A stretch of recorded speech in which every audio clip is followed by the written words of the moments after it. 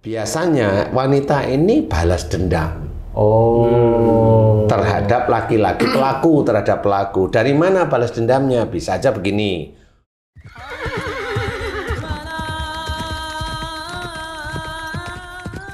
Kasus pembunuhan mayat dalam koper merah yang ditemukan di Ngawi, Jawa Timur, pada Kamis, 23 Januari 2025. Bismillahirrahmanirrahim. Assalamualaikum warahmatullahi wabarakatuh. Waalaikumsalam warahmatullahi wabarakatuh.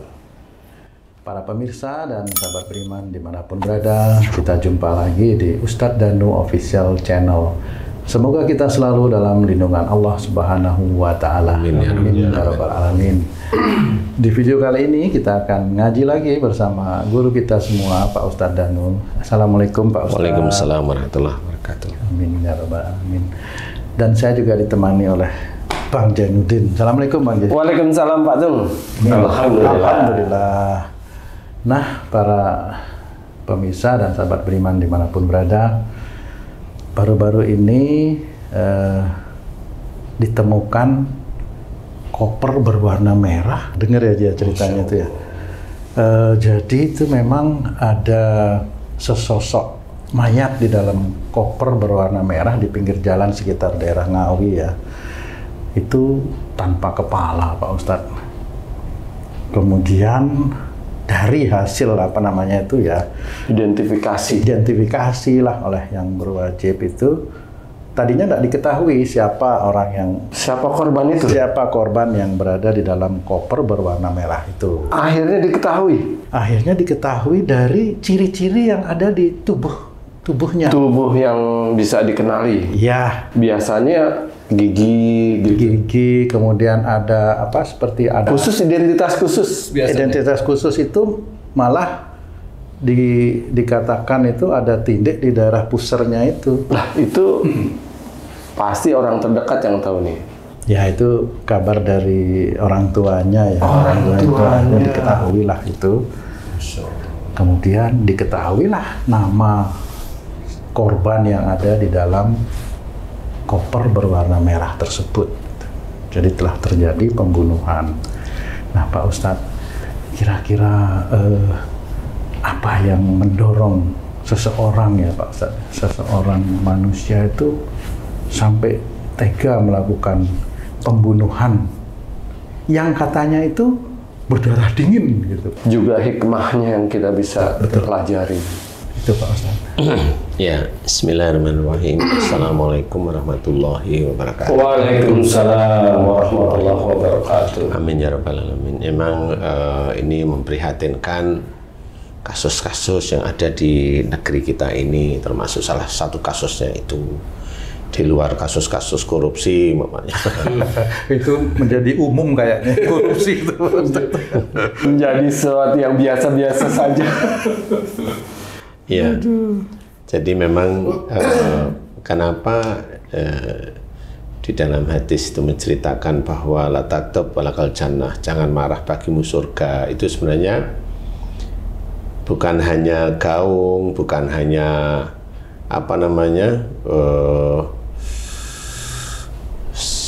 ilmu hanya cuma diketahui saja, tidak, tetapi harus dipraktekkan di dalam kehidupan sehari-hari. Marah itu memang dari nafsu yang memang secara harfiah memang Rasul menceritakan dalam salah satu riwayatnya bahwa perang yang paling berat itu adalah melawan hawa nafsu. Jadi bukan di perang Badar, waktu itu di perang Badar ya. Jadi perang melawan hawa nafsu, jadi lebih berat sebenarnya. Nah, cuma tetap harus dipahami bahwa marah itu yang memang harus kita perangi. Makanya kita mencoba untuk memberikan gambaran marah itu dari mana, kan gitu ya. Marah itu nafsu kita yang memang diizinkan oleh Allah Ta'ala ada pada diri kita. Marah, egois, suuzon itu kita punya semua. Kemudian pendiam, penyendiri, introvert, nakal di luar jangkauan, macam-macam di situ ya. Kemudian kalau udah kerja ya itu tadi ya korup, ya nakal untuk mencari-cari jalan untuk mendapatkan harta yang haram seperti itu. Itu nafsu semua. Semuanya itu nafsu yang harus kita perangi. Nah, salah satu nafsu apa? Sholat itu nafsu tapi yang baik. Mutmainah yaitu sholat. Puasa itu juga nafsu tapi yang baik, ya. Tapi kalau puasa buat sombong, itu puasanya benar, sombongnya yang tidak baik gitu. Nah, seseorang yang sampai membunuh orang lain itu ada beberapa hal yang dia pikirkan sebenarnya. Di kasus koper merah dari Ngawi ini, gitu ya. Di kasus koper merah dari Ngawi ini, yang katanya ini yang membunuh ini pembunuh berdarah dingin kan gitu ya. Dia membunuh kemudian dipotong-potong. Persoalannya itu bukan masalah berdarah dingin. Nanti dulu, seumpama gini, kamu tuh, umpama kamu aja ya, kamu suatu ketika, kamu itu di hotel, kemudian membunuh seseorang, ya. Ini kamu jangan mikir kamu sebagai tung, kamu sebagai seorang yang habis bunuh nih, nyekek umpamanya, terus mati ini orang. Pertanyaan, kamu di hotel itu kan orang hotel tahu, Datang berdua.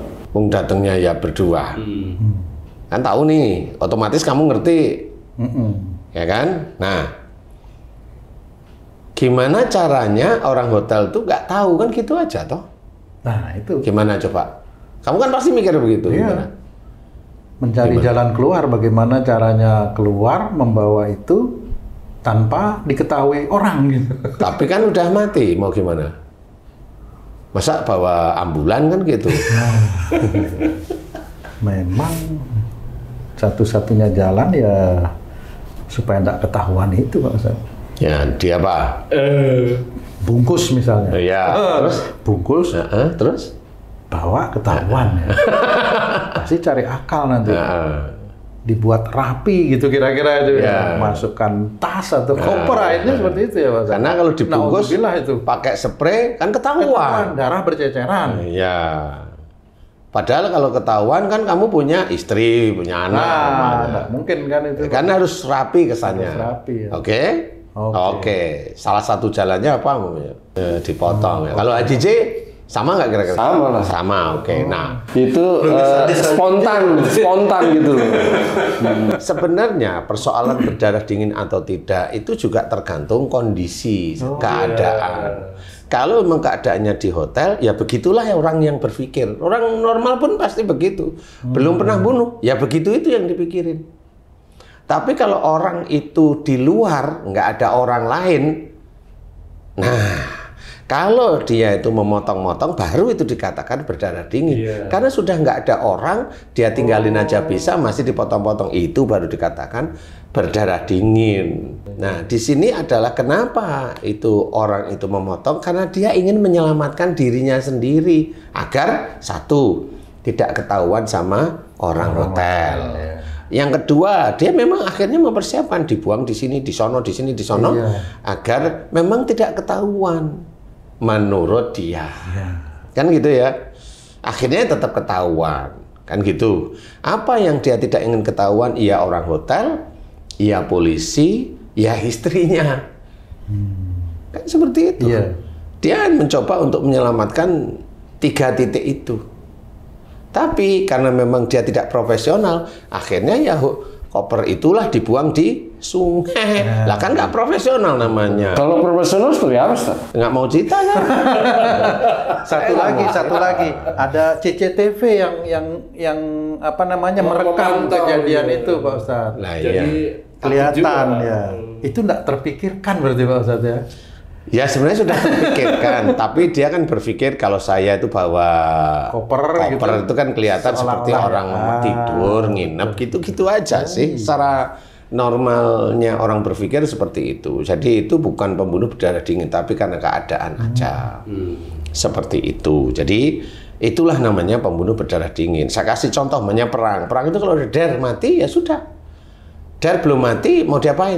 Nah, lagi gitu. Ada orang yang perang itu mau digorok, Macam-macam orang-orang seperti itu.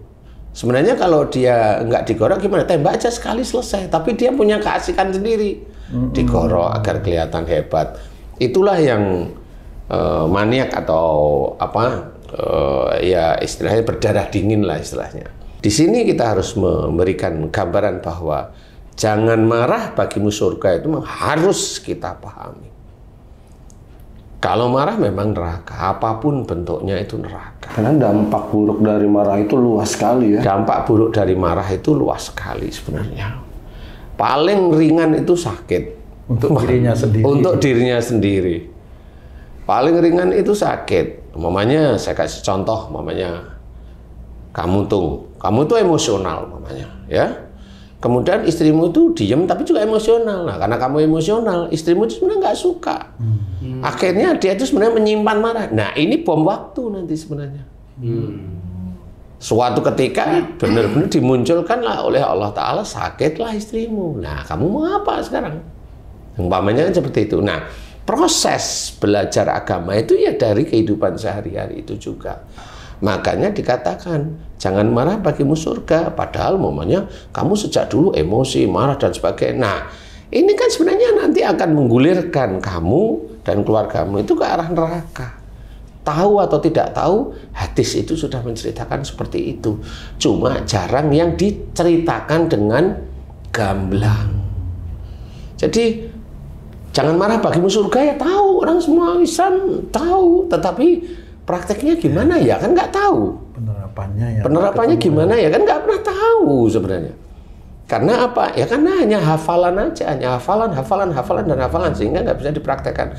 Kalau di sini jelas, ya itu kemarahan. Kenapa marah? Kenapa dia bisa membunuh? Katanya apa katanya? Pak, pertama itu faktor kecemburuan. Kecemburuan, yang mana yang cemburu? Yang laki. Yang laki, oke. Kenapa? Karena melihat ada seorang laki-laki yang masuk ke kosnya si korban ini. Itu polisi yang cerita atau lakinya atau dua-duanya atau orang lain? Itu dari hasil ininya polisi ya. Oh, itu BAP. BAP. Iya, berarti valid lah ya, cerita itu valid. Kemudian kecemburu. Kemudian ada lagi nggak di luar cemburu umpamanya? Di beritanya itu disebutkan bahwa ini si yang pelaku ini punya anak gitu Pak Ustadz. Terus si korban menyuruh pelaku itu membunuh anaknya. Loh, kok bisa gitu? Saya bingung gitu. Tiba-tiba ada yang hilang gitu. Iya. Oh gitu. Jadi marahlah pelaku karena satu ada laki-laki yang masuk ke kamarnya itu. Ya bukan masuk ya. Laki-laki dipersilahkan masuk, maksudnya gitu ya? Mendekati lah. Dipersilahkan masuk gitu ya. Itu tepatnya kayak gitu. Ya karena bisa masuk dengan leluasa kan dipersilahkan. Nggak dikunci pintunya. Jadi ada laki-laki yang menurut pelaku itu dipersilahkan masuk kan gitu ya. Satu itu cemburu, oke. Kemudian yang kedua adalah anaknya disuruh bunuh. Iya, oke. sama si korban itu. Nah ini kalau menurut saya, kenapa si wanita seperti itu? Kenapa nyuruh bunuh anaknya? Satu lagi ada barangkali? Satu lagi mendoakan anaknya yang menjadi PSK ya. Seperti itu Pak. Oke, nah sebenarnya kalau menurut saya ini si wanita ini nggak serta-merta ngomong seperti itu, nggak mungkin. Oh, ada sebab. Pasti ada sebabnya. Ini saya kasih contoh aja ya. Ini hanya contoh. Contoh, kenapa wanita ngomong seperti itu dan kenapa wanita itu mempersilahkan laki-laki lain itu masuk. Kan gitu ya? Iya. Biasanya wanita ini balas dendam. Terhadap laki-laki pelaku, terhadap pelaku. Dari mana balas dendamnya? Bisa aja begini. Dulu waktu masih seneng-seneng nih, Tung. Masih seneng-seneng nih ya? Iya. Senyummu kok jelek banget. Ngeri soalnya. Naudzubillah. Waktu masih seneng-seneng. Pak Ustadz tahu ya itu? Aduh loh ini. Ini hanya melacak. Jadi bisa aja waktu masih seneng-seneng laki-lakinya belum punya anak. Yang kedua itu sudah ngomong, kamu jangan punya anak ya. yang ya kan gitu. Kenapa gitu ya Pak Ustadz ya? Ya karena si perempuannya ya pengen punya anak dari laki-laki itu. Oh, gitu. Kan bisa aja seperti itu. Iya, Si laki-laki jawabnya gimana tuh biasanya? Baik ya. Nah iya, bener ini ya. Tepat banget loh ya. Bukan, ini kan anu nih Pak Ustadz. Loh, Ini kira-kira ya. Ini kan mengarah ke arah perilaku ya. Iya, akhirnya seneng lah si wanita. Oke, berjalan lah. Berjalan lah. Happy, seneng, Oke, makan bakso, makan soto, makan apa ya, kalau nggak ada makanan, makan apaan di dekatnya, kan gitu. Ketawa loh. Tuh bisa ketawa loh. Ya Allah. Jadi ada akar, rotan pun jadi. Kebalik itu. Nggak ada akar, rotan pun jadi. Itu kebalik. Makanya kamu bahasa Indonesia ada berdua nih. Gitu. Gimana? Tak ada rotan, akar pun jadi. Masa gitu? Iya benar. Haji itu salah. Udah Haji sih. Kan rotan lebih. Iya. Udah salah Ji. Salah. Jadi karena happy itu akhirnya namanya si laki-lakinya punya istri. Lah kan ya sama istrinya pasti. Benar. Kan? Ya hamil lah istrinya. Lahirlah itu. Oh. Nah, tahu lahir itu cewek. Lah jengkel lah dia. Jengkelnya salah satunya adalah mempersilahkan laki-laki tadi masuk.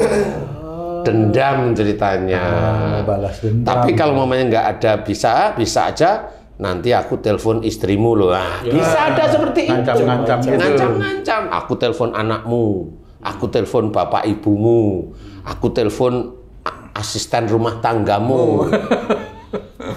Loh, kan tanya, loh asisten rumah tangga kenapa kamu telepon? Kan ini masih normal nih. Lah kan kamu juga sama dia juga gitu. Waduh.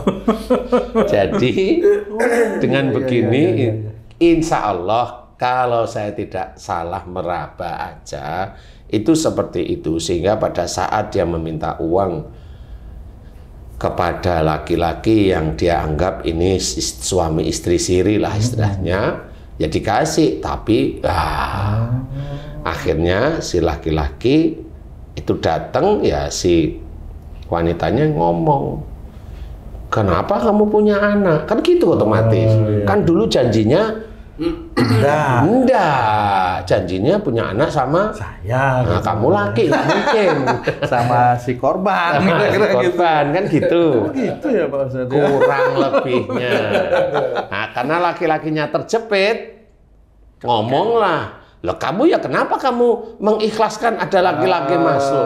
Benar. Akhirnya si perempuannya ngeyel bahwa dia benar. Dengan perjanjian itu, si laki-lakinya, pelaku juga ngeyel bahwa perempuannya mempersilahkan laki-laki lain itu masuk. Akhirnya kalau orang tidak punya dasar agama yang jelas, ya begitu. Terjadilah apa yang memang tidak disukai oleh Allah Ta'ala. Seorang muslim, kalau dia muslim loh ya, membunuh muslim yang lain. Dengan amarahnya, sudah dia akan masuk neraka dalam kondisi kekal. Dua-duanya marah tuh sebenarnya. Nah, di titik inilah yang harus dipahami, jangan marah. Bagimu surga itu harus dipahami. Nah, harusnya gimana? Ya harusnya ya nggak usah lah punya istri siri. Nggak, kamu ngapain kamu? Tak kira membentengi biar tak marah. Enggak loh. Ini kan kasus sudah terjadi. Ya, Makanya saya bilang, janganlah punya istri siri. Buat gitu. yang lain gitu ya Pak Ustadz ya. Loh kenapa ngomong yang lain? Ya Kan kalau udah terjadi pembunuhan. loh, kalau saya ngomong janganlah mempunyai istri siri. Jangan mempunyai istri lagi. Ya, janganlah mempunyai istri lagi kalau hanya untuk menomorsatukan nafsu syahwatnya gitu loh. Nah, ini harus dimengerti walaupun dia itu cantik umpamanya. Itu. Iya Pak. Kalau cantik itu kan udah bingung sendiri kalau melihat itu. Sehingga belajarlah untuk tidak Tidak aneh-aneh aja lah ya, karena masalah itu bisa muncul dari sana. Makanya wong punya istri satu aja beban hidup aja apa namanya muncul terus-menerus setiap saatnya, kok apalagi punya istri 2 apalagi 3. Emang enak beban hidup di mana-mana. Nanti orang-orang seperti itu dia biasanya akan milih salah satu, nggak mungkin dia 3-tiganya. Kalau dia 3-tiganya mah bohong. Hati itu tetap akan berkata beda. Dia tahu sebenarnya bahwa 3-tiganya atau 2 ini nggak bisa saya pilih karena harta saya kayaknya nggak cukup. Satu, yang kedua hati saya nggak nyuka dengan yang tidak suka dengan yang ini. Itu bicara sebenarnya kan gitu. Lebih baik gimana coba? Lebih baik satu itu hadapi, jalani di jalan Allah aja, sehingga proses kasus seperti koper merah dari Ngawi ini tidak terjadi. Berarti sifat marah itu tidak mau mengenal manusia, itu mau tingkat apa aja tetap nek marah ya marah, orang itu bisa gitu bahasa. Karena orang itu tidak pernah belajar bagaimana mengelola marah yang baik menurut agama. Itu bagaimana mengelola marah itu bahasa? Mengelola yang marah kan harusnya paham satu. Umpamanya kamu ketemu sama istrimu. Ya, ini di rumah dulu lah. Istrimu menurut kamu jengkelin apa enggak? Itu saya tanya. Waktu itu? Iyalah, waktu itu. Misalnya jengkelin. Kamu kan biasanya marah tuh. Marah. Kenapa kamu nggak pikir bahwa, oh istriku ini kan ujian untuk aku ya? Kenapa kamu nggak mikir gitu? Akhirnya harus berpikir begitu. Iya, harus berpikir begitu. Orang yang belajar taat pada Allah Ta'ala itu berpikir. Dan diceritakan dalam Quran, orang yang memang dia itu mau berpikir untuk dekat kepada Allah Ta'ala, nanti itu beruntung sebenarnya.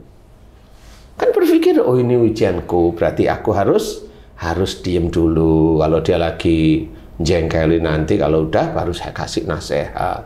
Kamu punya istri, ngadepi istrimu, iman di nomor 1 kan. Kamu punya anak, iman nomor 1. Kamu punya harta, nggak kamu buang dengan sia-sia, iman itu juga ya. Di semua sisi. Semua sisi. Makanya iman dan berbuat baik. Kamu menjadi imam yang baik. Kamu menjadi istri yang baik. Jadi iman yang di nomor 1 kan. Jadi pendakwah yang baik. Jadi guru-guru yang baik. Jadi direktur yang baik. Jadi menteri yang baik. Jadi presiden yang baik. Kuncinya harus tahu ilmunya, Pak Ustaz. Iya, tahulah ilmunya. Disinilah yang namanya dalam Quran diceritakan iman dan berbuat baik kan masuk surga. Jelas.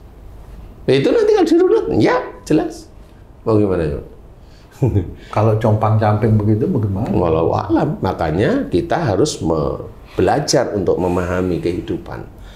Kita tidak bisa mengejek yang akhirnya membawa koper merah dari Ngawi ini, diejek. Tidak perlu. Ini pelajaran aja sebenarnya. Tidak boleh diejek. Ini pelajaran hidup di mana kita itu mawas diri. Jangan sampai kita, anak kita, istri kita itu di lingkungan yang seperti itu. Bagaimana caranya? Dekat dengan Allah Ta'ala. Semakin orang itu dekat dengan Allah Ta'ala, imannya kuat, berbuat baik, jauh kok dari dipotong-potong. Jadi intinya seperti itu. Belajar dari kehidupan, itulah ujian dari Allah Ta'ala. Semuanya ujian. Suatu ketidakbaikan di dekat kita itu ujian. Sesuatu yang baik di dekat kita ujian juga. Petunjuk itu. Petunjuk bahwa kita mau bagaimana dengan seperti itu. Kamu belajar jadi pinter. Pintermu itu ujian bagi kamu. Kamu cari rizki, dapat hartamu itu juga ujian bagimu. Kerjamu itu juga ujian bagimu. Semuanya hidup di dunia ini ujian sebenarnya. Kesalahan-kesalahan orang lain yang diperbuat itu pelajaran buat itu kita. Pelajaran buat kita agar kita tidak mencontoh apa yang dikerjakan, lebih dekat kepada Allah Ta'ala. Insya Allah seperti itu. Makanya la taktub wal jannah itu benar. Karena ada pelajaran di situ sehingga kita tidak boleh mencibir atau mencemooh itu. Tidak boleh. Oh, gitu. Karena pada saat orang melakukan itu takdir yang ditetapkan oleh Allah Ta'ala terjadi. La haula wa la quwata illa billahil aliyil azim. Itu terjadi. Nggak boleh kita itu mencibir. Berarti kita mencibir Allah jadinya kalau takdir itu sudah terjadi. Nah, pinter kamu. Astagfirullah. Pinter kamu. Makanya nggak boleh. Biasa saja. itu terjadi karena Allah. Seperti karena apa? Ya pasti ada belakangnya dulu laki-laki itu bagaimana, belakangnya dulu si wanita itu bagaimana. Itu insya Allah seperti itu sudah. Dan Allah tidak akan berbuat zalim kepada hamba-hambanya. Pasti itu Pak. Pasti, jelas. Jadi harus kita berpikir ke arah sana. Tidak kita mau menyalahkan satu dengan tidak, tetapi harus pahami itu. Allah tidak berbuat zalim. Harus itu yang kita pahami. Kalau kita sebagai manusia ya prihatin. Kenapa itu terjadi itu prihatin. Tapi kalau kita sudah berbicara tentang masalah syariat, ya harus kita luruskan syariat seperti itu. Jadi kalau Allah tidak berbuat zalim pada hambanya itu sendiri yang berbuat zalim kepada dirinya sendiri. Nah ini mudah-mudahan bisa menjadi gambaran bahwa apa yang diceritakan dalam hadis Nabi la taqtab walakal jannah itu sebenarnya itu. Harus kita mulai pahami dan mudah-mudahan kita bisa belajar dari keadaan sehari-hari dan lebih meningkatkan keimanan kita pada Allah. Amin ya rabbal alamin. Menjadikan kita lebih bertakwa pada Allah. Amin ya rabbal alamin. Allahu a'lam. Alhamdulillah. Alhamdulillah, terima kasih banyak Pak Ustadz penjelasannya. Sahabat beriman dimanapun berada, mudah-mudahan Allah mudahkan kita untuk bisa mengaplikasikan apa-apa nasihat-nasihat yang baik dari guru kita Pak Ustadz Danu dalam video kami ini. Saya tunggu sampai jumpa di video kami yang lain. Wassalamualaikum warahmatullahi wabarakatuh. Waalaikumsalam warahmatullahi wabarakatuh. Alhamdulillah. Alhamdulillah.